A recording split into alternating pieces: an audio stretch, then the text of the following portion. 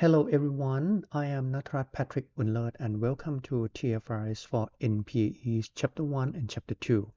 In this episode, I will briefly talk about Chapter 1, Background and Objectives, and Chapter 2, Scope of the TFRS for NPAEs Revised BE 2565.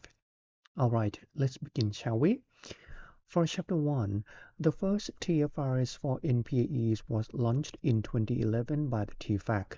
The standard was decided to suit non-publicly accountable entities or NPAEs.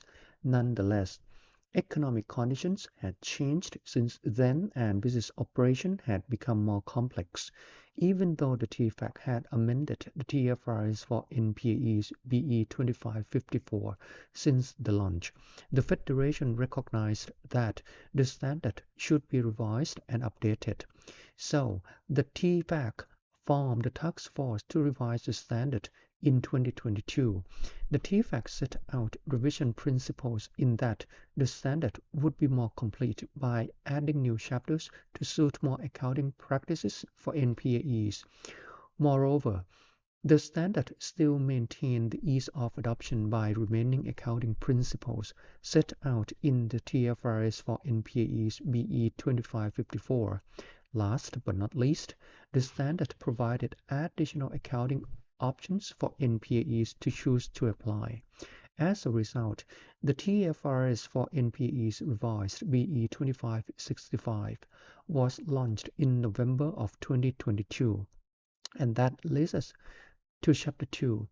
The TFRS for NPAE revised BE 2565 is applicable to NPAEs such as companies that are not listed in the stock exchange, a pawnshop, and incorporated asset management corporations.